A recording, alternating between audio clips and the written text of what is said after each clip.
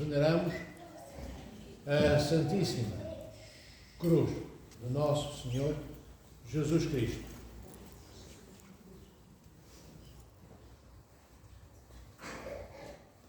Veneramos a Santa Cruz todos os anos.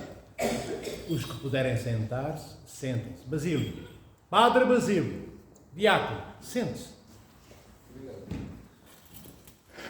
Todos que puderem sentar-se, sentarem-se, sentem-se. Dizia eu que todos os anos nós comemoramos, a meio da Quaresma, a Santa Cruz vivificante de Nosso Senhor Jesus Cristo. Chegamos ao meio da Quaresma e a cruz aparece diante de nós. Não aparece por acaso. Os santos padres da Igreja e o Espírito Santo que insuflou conhecimento e sabedoria a todos e a todas, aqueles e aquelas que viveram durante 2000 anos no seio da Santa Igreja Ortodoxa de Cristo, chegaram a esta conclusão, que a Santa Cruz deveria ser venerada no meio da Quaresma. E porquê no meio da Quaresma? Porque no meio da Quaresma já levamos metade da Quaresma de jejum. Esperamos e esperemos que assim seja. De oração também, de esmola. Esmola o que é? De dádiva física para com aqueles que precisam. Ou seja, 15 dias, 3 semanas, metade da Quaresma, em que nós nos empenhamos. E chega uma altura em que podemos fraquejar. O que é isto, fraquejar? Podemos ficar sem forças, podemos ficar desanimados, podemos começar a ver, mas ainda falta tanto para terminar a Quaresma. E então a cruz vem no meio da grande Quaresma para nos dar o ânimo que nos falta, nos fortalecer na fraqueza que teima em se instalar dentro de nós, nos dar o entusiasmo que a tristeza às vezes nos quer roubar. É isto que a Santa Cruz de Cristo Nosso Senhor faz no meio da Quaresma. É para nos limpar os olhos toldados, porque pensámos que já fizemos muitas coisas, muitos sacrifícios, e até fizemos alguns, só que não fizemos todos.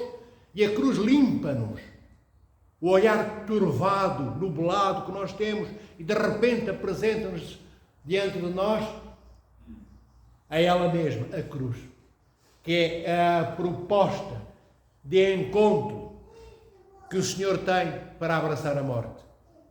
E a cruz anuncia-nos isso. Anuncia-nos que o Verbo de Deus, encarnado no ventre de Maria, que Ele vai morrer, que Ele vai subir à cruz. Mas a cruz é ela própria também anunciadora de um tempo e de um espaço, onde não há mais a cruz com o Cristo Nosso Senhor nela pregado. Há o momento, o 8º dia, em que a cruz estava sem o Verbo encarnado nela pregado. O Senhor já foi para o túmulo e também já não está nem na cruz nem no túmulo, porque a cruz despediu-se do corpo de Cristo quando o pegaram e o puseram dentro daquele túmulo, daquele sarcófago, e de repente nem cruz nem túmulo tem mais o corpo de Cristo. Ele voou no amor com que nos amou ao encontro de seu Pai, permanecendo ainda na terra conosco durante aqueles 40 dias em que esteve com os apóstolos até à ascensão. Amados irmãos e irmãs, é importante que nós, quando veneramos, isto é, quando beijamos a Santa Cruz de Nosso Senhor Jesus Cristo, compreendamos, percebamos porque é que o fazemos. É bom fazer com humildade, porque o meu pai me pediu para fazer, porque eu vi meus avós fazerem, e eles eram piedosos, e eles eram santos, e eles oravam, eles jejuavam, e eles ajudavam os pobres, beijavam a Santa Cruz, veneravam a Santa Cruz, e eu que sou neto e neta, porque meus avós faziam, eu também faço. É um bom modelo, é um bom parâmetro, é um bom motivo para beijarmos e venerarmos a Santíssima Cruz. Mas para além destes motivos, outros se erguem de igual valor, outros se erguem diante de nós de estatura idêntica, que requerem também conhecimento, saber, mas porque é que devemos e porque é que devemos e porque é que beijamos a Santíssima Cruz. Amados irmãos e irmãs, tantas vezes nós, a Igreja, ouvimos o que a Igreja nos diz e não colocamos pergunta nenhuma. Por exemplo, o Verbo de Deus, que encarna no ventre de Maria, O Senhor vai morrer nessa cruz. E nunca nos perguntamos, mas não é Deus? Mas Cristo não é Deus? Porquê é que Ele teve de morrer? Porquê é que o Senhor teve de ir para a cruz? É uma pergunta que nos podemos colocar. É legítimo colocarmos todas as perguntas e temos direito a todas as respostas. Podemos perguntar-nos, mas o Senhor que era Deus, que disse a Lázaro, levanta-te e anda. E Lázaro levantou-se. Porquê é que o Senhor desceu depois da sua morte ao Hades? Porquê é que não disse aos justos que estavam no Hades? Sabem o que é o Hades? É aquela antecâmara onde estão as almas dos que morreram, enfim, direcionadas para o encontro com o inferno um dia depois do juízo final. Mas antes da encarnação do Verbo não havia paraíso. Havia só uma coisa que se chamava seio de Abraão. Os mais piedosos diziam que alguns justos estavam no seio de Abraão, mas antes do Verbo encarnar, antes do Novo Testamento, antes de Cristo ressuscitar dos mortos, não há paraíso. A primeira vez que se fala no paraíso é o Senhor que diz ao bom ladrão, hoje estarás comigo no paraíso, quando o Senhor está na cruz. Havia o Hades, e no Hades estavam todos os que eram justos e que eram injustos, os que tinham sido bons e que tinham sido maus, os que acreditavam no Messias, que ele chegaria, que ele haveria de vir, e os que não acreditavam. Bem, e o Senhor vai, isto para vos dizer que Cristo, durante aqueles 3 dias em que está no túmulo, ele desce ao Hades, às zonas do submundo, das trevas, e dá a mão a Adão, e dá a mão a Eva, e dá a mão àqueles que eram justos e justas, e eles vêm com o Senhor. E a pergunta é esta: e porquê é que o Senhor teve que descer ao Hades? Não poderia Cristo ter dito, vinde todos vós que estáis no Hades, como fez com Lázaro? Mas o Senhor não faz, o Senhor vai. Bem, o Senhor teria de passar pela cruz, nós sabemos que sim hoje, mas Ele é Deus. Então porquê é que passou pela cruz? Porquê é que não disse a seu Pai, todos, meu Pai, estão perdoados. Eu restaurei a ponte que Adão e Eva quebrou entre ti, destruindo toda a comunhão que existia entre os seres criados, a criação e Deus. Nós, amados irmãos, temos o direito de, cada vez que perguntamos, a Igreja esclarece-nos, a Igreja ilumina-nos. Porque é que o Verbo morre? Ele morre, amados irmãos e irmãs, porque há uma coisa que Deus nos deu que se chama a vontade livre. Cada um de nós é livre. Temos o livre-arbítrio. Ninguém pensa nisto quando beijamos a cruz, mas o Senhor vai para a morte por causa do livre-arbítrio que Deus nos deu. Ele deu-nos a liberdade de escolhermos estar com Ele, Deus, ou contra Ele. E o que é que Adão e Eva fazem? Decidem abdicar, decidem perder, fugir, não querer mais toda a intimidade que tinham com Deus e aproximam-se e aceitam a intimidade. Vejam como nós tantas vezes fazemos na nossa vida. Adão e Eva aceitam ter intimidade, vida íntima com um interlocutor estranho. Porque intimidade eles tinham era com Deus, sobretudo Adão, que era mais antigo do que Eva. Eles conheciam Deus e eram íntimos, porque é dito que Adão, no paraíso, conhecia o Senhor, nosso Deus, pelos seus passos. Ele conhecia Deus pelos passos que Deus dava. Claro que é uma imagem, é uma alegoria para que nós entendamos que ele era muito íntimo de Deus. Mas de Lúcifer, Adão e Eva não eram mesmo nada íntimos. E vejam, conseguem escutar um estrangeiro quando tinha um amigo que era Deus. Eva escuta e Adão escutam um estranho à sua intimidade. E quando escutam Lúcifer, escutam, sabem porquê? Porque já tinham perdido o amor pelo Criador. E como perderam o amor, perderam o respeito pelo Criador. Perderam o amor, perderam o respeito, desobedecem. Tudo é possível quando não há amor. A primeira coisa que vai na enxurrada é o respeito que não temos mais, porque já não amamos. E Adão e Eva deixaram de amar o seu Criador. E dizem que não a Deus. Não quero mais estar contigo, Senhor meu Deus. Tu és o meu Criador. Mas diz Adão e Eva. Claro que este diz, digo eu, que é o que eles sentiram e viveram, como dizem os padres da Igreja. Não está escrito nos Gênesis, isto que eu estou a dizer, mas está lá a posição que eles tomaram e a postura. E Adão e Eva terão dito ao Senhor, não quero mais estar contigo. Não precisaram dizer estas palavras verbalizando-as da boca para fora. Disseram-nas nos seus atos. Porquê? Porque a certa altura Adão e Eva querem ser aquilo que, olhem, às vezes os nossos filhos também querem, em função dos pais e das mães. Adão e Eva quis ser autossuficientes, quiseram ser autónomos, quiseram ter uma vida própria sem Deus, nessa vida própria. Como às vezes os nossos filhos também fazem. Chegam aos 18, 19, 20 e tal anos e escolhem sem pedir conselho aos pais, escolhem mal, na maioria das vezes. Têm direito a ter uma vida autónoma, própria, têm, mas sem necessidade de cortarem o cordão umbilical da intimidade com o pai, com a mãe. Este é o mal das gerações de hoje. Este foi o mal da primeira geração, criada por Deus, Adão e Eva. Eles também quiseram não pedir conselho a Deus.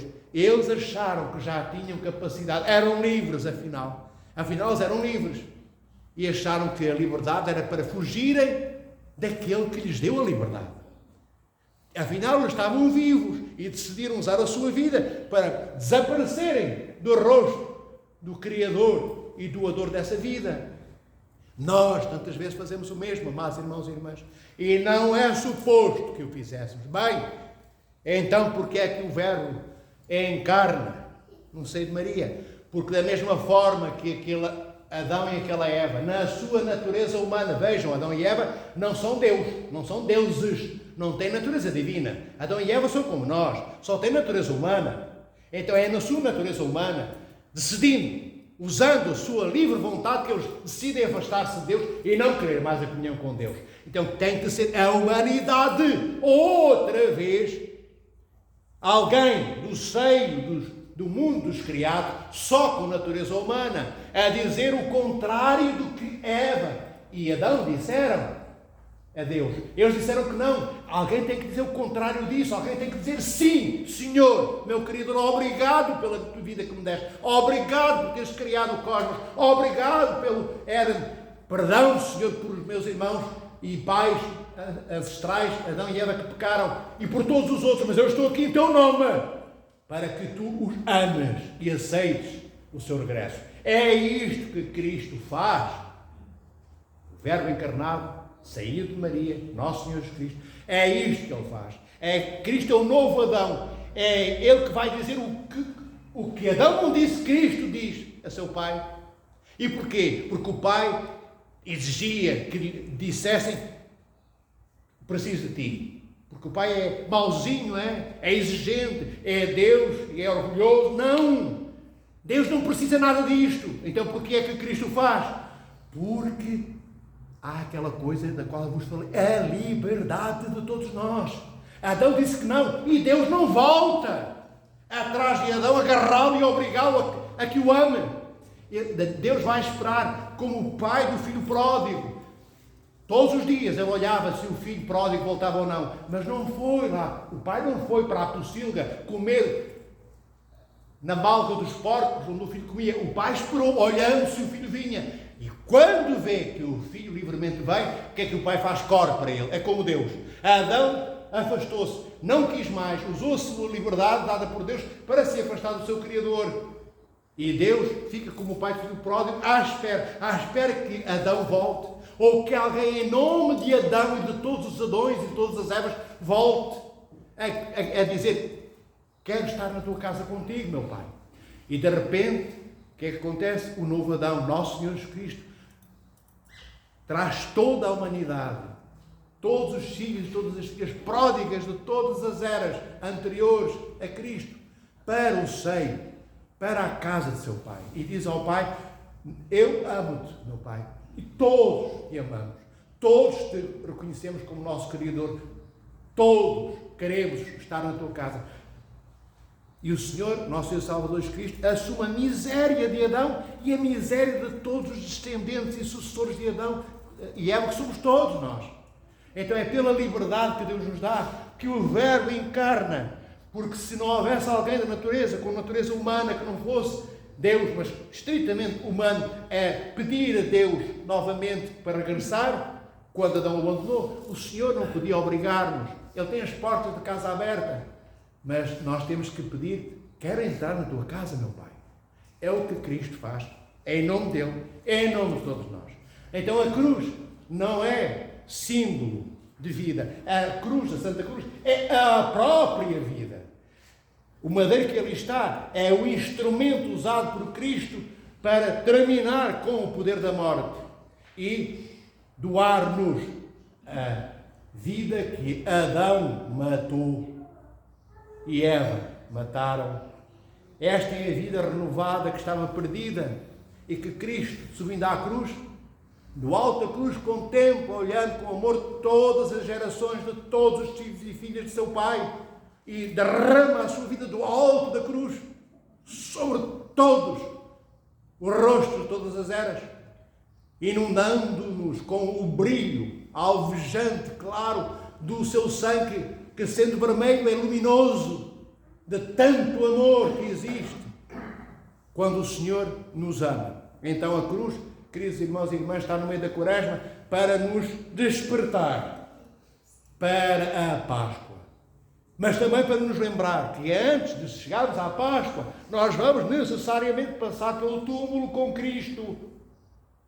Não podemos negar esse encontro com a morte. Mas há uma coisa que temos hoje e que os que estavam no Hades, justos e injustos, não tinham antes do Verbo lá ir, Verbo encarnado, enquanto esteve no túmulo. Aqueles não tinham a certeza de irem para o reino dos céus, os justos. E nós hoje sabemos que vamos passar pela morte com o nosso Senhor Jesus Cristo na Sexta-feira Santa. Nós sabemos que 3 dias ali estaremos com Cristo. Mas temos a certeza que depois a luz rasga, quebra, destrói, esfancela, esmoroa, pulveriza o túmulo. Só há um espaço para a luz, porque Deus Nosso Senhor, Pai, Deus Pai, primeira pessoa da Santíssima Trindade, o Filho, o Verbo encarnado, Nosso Senhor Jesus Cristo e o Espírito Santo. O Deus, este nosso Deus triúnico, não fez a morte, não edificou, não construiu, não deu vida à morte, não deu vida, nem criou a tristeza, nem as mágoas, nem rancores, nem ódios. Tudo isso não foi dado por Deus. Então essas coisas são do domínio deste mundo, onde Lúcifer ainda tem algum poder. O poder, por um lado, que Deus permite, e por outro lado, o poder que nós deixamos que Ele tenha sobre as nossas vidas. Um dia no reino dos céus não haverá mais tristezas, não haverá mais poderes negros deste mundo, nem trevas, só luz e vida eterna. E não haverá separações como esta, que levou o Senhor à cruz, que obrigou Cristo a separar-se de sua mãe, ficando cá embaixo, olhando o filho lá em cima, dependurado. Isso não mais acontecerá no reino dos céus. Não há mais dores, nem mágoas, nem feridas, nem pernas que faltem, ou braços desaparelhados do corpo. Não haverá mais saudades das coisas que tivemos, porque só nós teremos tudo aquilo que nos veio através da cruz, que a cruz nos deu, que é o próprio Filho de Deus, no seu amor apaixonado abrasadoramente por nós. Então, esta é a dimensão da cruz. Que o Senhor os proteja, guarde, orai pelos vossos irmãos e irmãs, para que todos possamos fazer uma Quaresma com a força da cruz em nós, trazida pelo Espírito Santo. Quem é que nos traz a força da cruz e no apoio da nossa vida? O Espírito Santo. É o transportador da cruz de Cristo e o insuflador de vida em nós. Agora é o quê? Procissão da Santa Cruz.